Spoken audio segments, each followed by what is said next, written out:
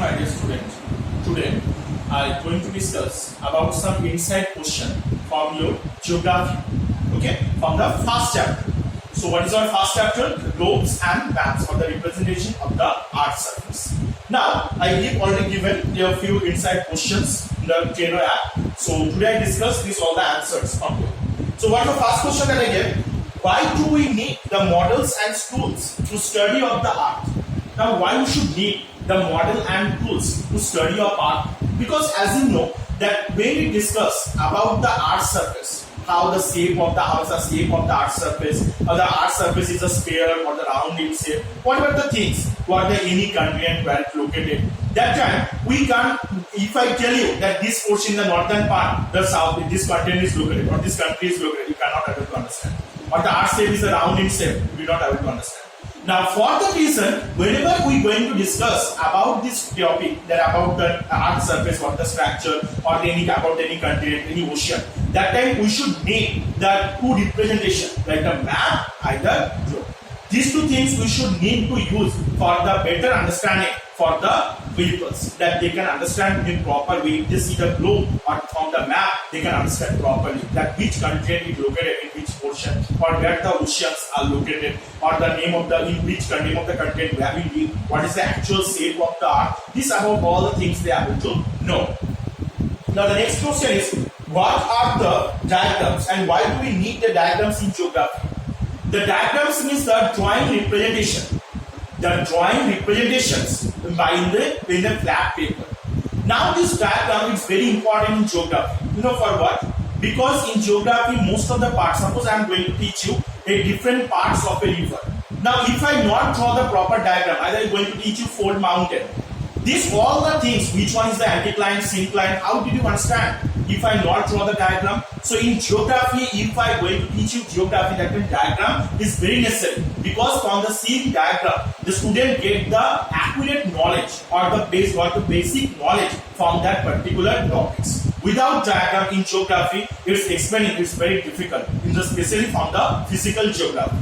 Okay, that is why the diagram is very important.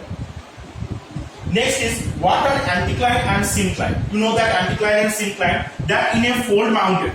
In a fold mountain, when it's made this type of structure, that this structure in a fold mountain, that which one is the upper portion, that is known as the anticline.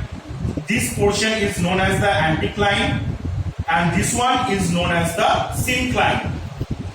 So this one is known as the syncline. So for the reason that these two, that which one is the uppermost part of a fold mountain, or the upward part of the fold mountain is known as the anticline, and which one is the downward part of the fold mountain is known as the syncline. So you don't forget it. What is the anticline and syncline? Which one is the uppermost part of the fold mountain? It's known as the anticline, and the downward part of the fold mountain is known as the syncline. Now the next is the what is cartography. You know what is the cartography? The map making process, or the techniques, in which technique or in which way we prepare the maps, or the map making process is known as the cartography. Again I repeat, in by which process we prepare the maps, or the map making process, in one word is known as the cartography. This process is known cartography. Next, draw the level diagram and explain the different parts of the features of a river that I already discussed. You can see from the video that the different parts of the river in your books also given, and this with the diagram you have to represent it. And difference between the block mountain and the rift valley.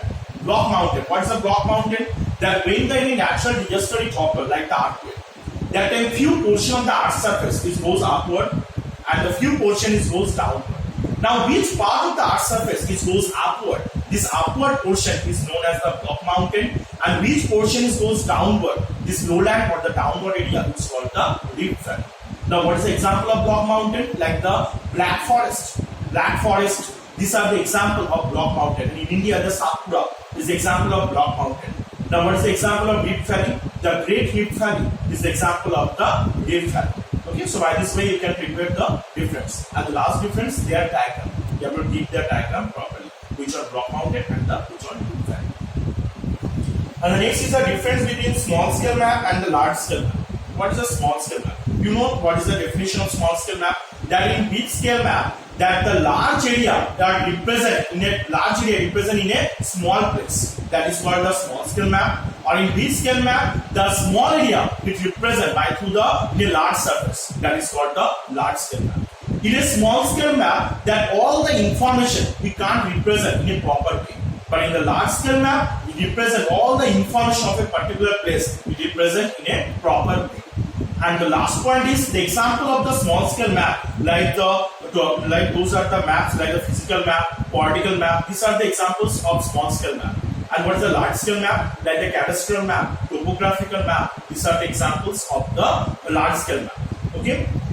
And the last is a map is incomplete without a scale. What is the reason? A map is incomplete because from the same map we have to measure the distance between the two places. It can happen the two countries, two cities, or the two towns. So if we do not draw the map with the proper or the accurate scale, that we will not able to understand. We are not able to get that information about the distance between the two places in the world.